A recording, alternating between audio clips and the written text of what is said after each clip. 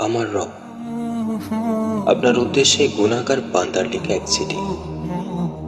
রমজান চলে এসেছে অতি সন্নিকটে। পরের রমজানে এ দেহে রূহ থাকবে নাকি জানি না। আগের রমজান থেকে শুরু করে এই রমজান অনেক গোপন পাপে নিমজ্জিত হয়েছে, যা শুধু আপনি জানেন। নিজেকে বিশ্বাসী হিসেবে দাবি করি, কিন্তু সব কর্ম অবিশ্বাসীদের মতো। নিজের আপন কেউ মেসেজ দিলে তা যত দ্রুত সম্ভব পড়ে ফেলি।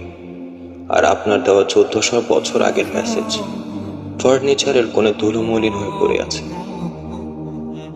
আপনার কথাগুলো কখনো বোঝার চেষ্টাও করিনি। নিজের নামের আগে আপনার রাসূলের নাম লাগিয়েছি, কিন্তু ওনার কথা সত্যি কি শুনেছি? হারাম কাজকে আসলে কি এখন কেউ ভয় পায়?